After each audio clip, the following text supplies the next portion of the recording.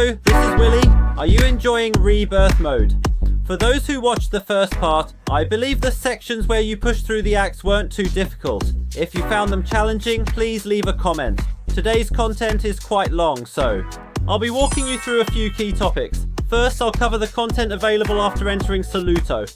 Then I'll explain how to increase your defense to improve survival. Finally, I'll share an update on my current setup for Absolute's hammer.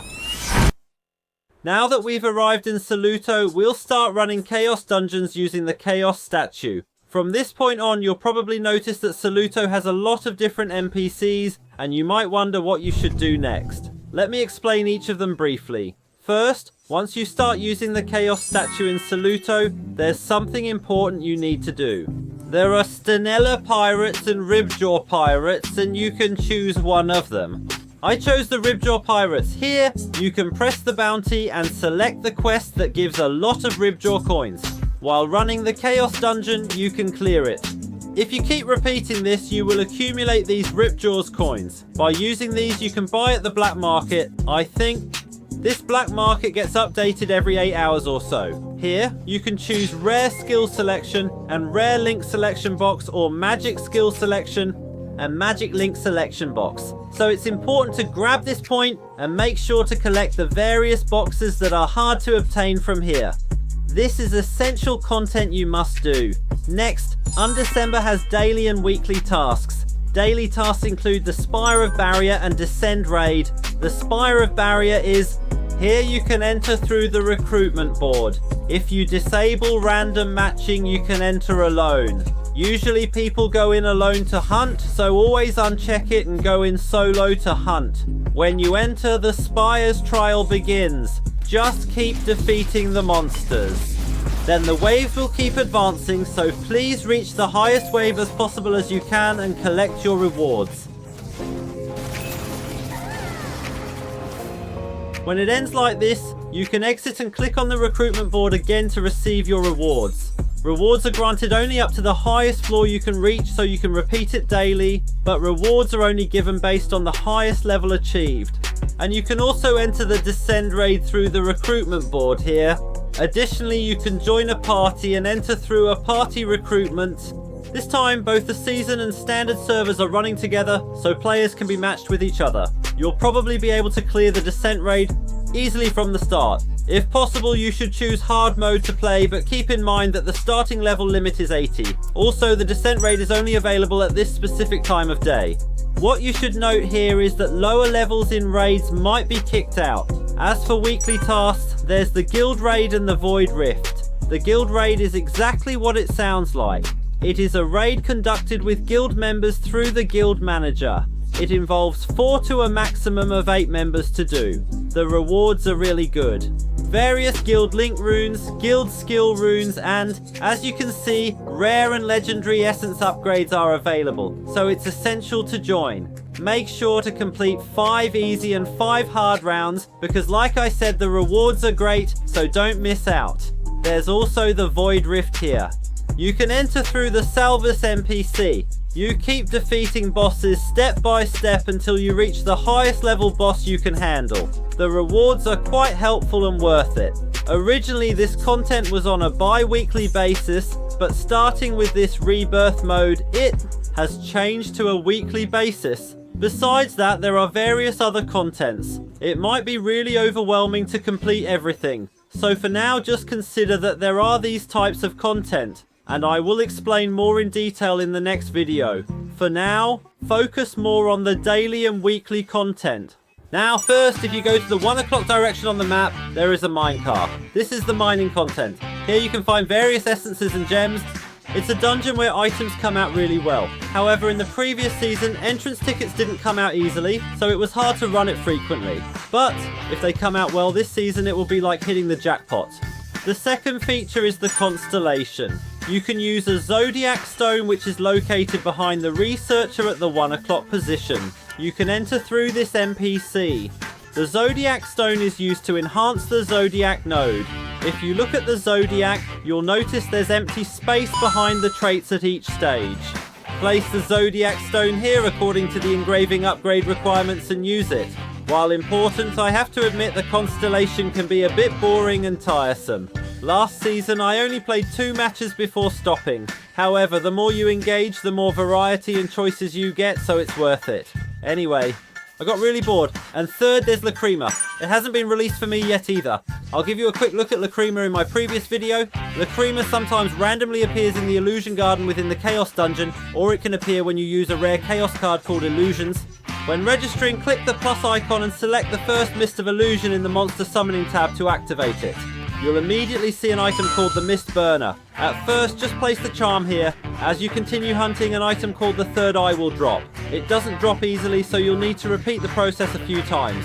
If you already have the Third Eye, you can open the Illusion Garden and place the Third Eye and the charms into the Mist Burner and run it to access the Time of Confrontation. When you hunt there, you will receive the item called Lacrima. Lacrima comes in various types: magic, rare, and a relic type. As you can see, different types of Lacrima appear randomly, so for example, think that you have obtained this Lacrima. First, it shows level 127 at the top, right? That's the level of the map where you obtain the Lacrima. The level of the equipment I want to insert cannot exceed the level of that Lacrima. And it's a belt with 80% and gloves with 72%.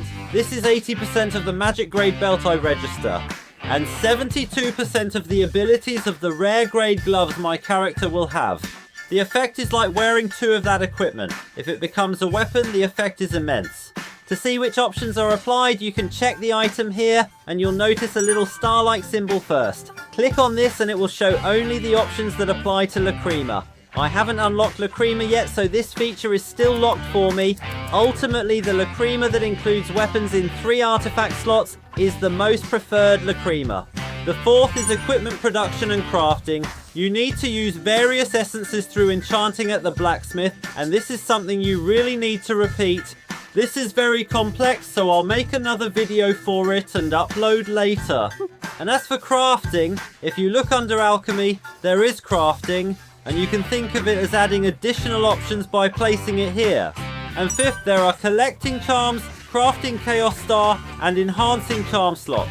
You just need to keep collecting charms. At the beginning, if they have crit rate and critical damage, there's no problem in just equipping them yourself. The chaos star, which is inserted in the center here, requires the use of the chaos orb. Since this also involves collecting charms, it's best to focus on gathering them first. Once you've collected enough, you can then use the charm slot enhancement available at 9 o'clock in the village. It's about enhancing various slots. This can't be done quickly and involves going through the Illusion Garden.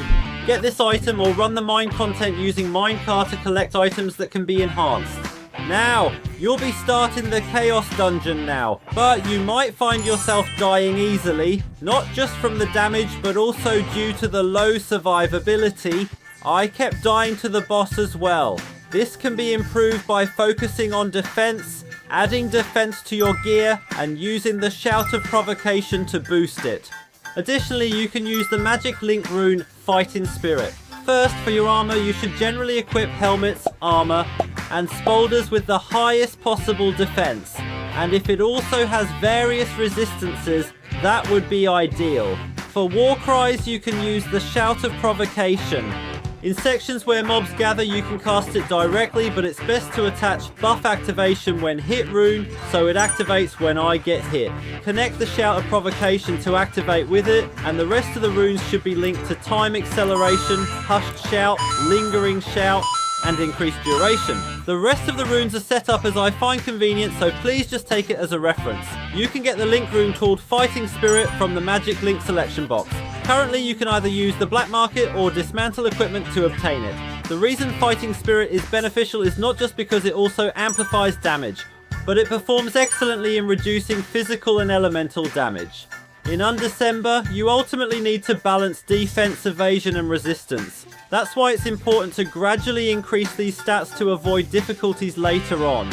Additionally, if you have a guild rune selection box, it would be very helpful to draw and equip the physical realm rune. If you don't have it, as I mentioned earlier, you can join a guild and participate in guild raids to have a certain chance of dropping.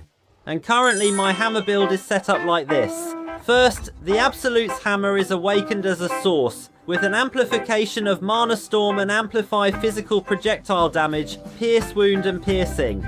And then I awaken the source of Fighting Spirit. I am using the Origin of Thorn Explosion with spell activation on attack hit, concentrated area DMG, strike, overpower and extract earth energy. Additionally, I am using the Mana Storm concurrently. As I mentioned, I'm using the Shout of Provocation and Marksman for the attack enhancement skill. For mobility skills, I'm using Roll and Leap Attack, and for defense seal, I'm simply using the Seal of Physical Domain, and for attack seal, I'm using the Seal of Striking. And I'll briefly explain the zodiac again that many are curious about. For the first zodiac Afros, I've marked it upwards like this. In the second zodiac, in the forest here, I invested it upward as well. And for the third zodiac, starting with the damage from jewels to the diamond body. And in the same third one, from projectile damage to Gold Hunter, I allocated points. And for the fourth zodiac, I invested points in root. From physical damage to material strengthening, I allocated points. And specialization will open on the 5th, so if a specialization opens, you should choose it first than the other zodiac. I chose Dawn, from damage went to the mana to the left, and went to the powerful hit the right. By that time you will reach stage 5, in the rainbow starting from damage up to the rainbow bridge, and in the same stage for Dewdrop from movement speed to super speed. From the same stage Flash, starting with attack damage, to hands quicker than light for attack speed and muscle strengthening explosion, and +1 mana on every attack. I'll tell you about the rest of the specializations first. In the second hail I focused on 8% strike damage amplification and went to sharpness on the right. Later in the third specialization I chose empathy, and on element damage I went left to impact damage amplification. And on the right side I've increased attack speed and selected the capable. I am currently at the 6th stage, focusing on the enhancement skill rune resource cost, stopping at armor piercing ammunition. Next, at the 7th stage I've invested from sense damage to knife-like musk. In the same stage for Orthemus I've chosen from chaos resist to fang. And from the stench I marked to the severe pain on the left side because I'm wearing two-handed weapon, and on the right side it's the same, also from using a two-handed weapon. I invested to the terrible pain. Here you can adjust the zodiac based on the weapon each person uses. And in the next stage I chose farmer. I focused on physical damage, sprouting energy and the power of nature. While I'm not a top ranker and don't deal massive damage, I freely allocate my skills without any significant drawbacks.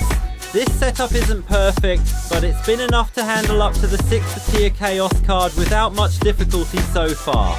Today I covered the content available after entering Saluto, how to make hunting easier by boosting your defense, and shared my current setup.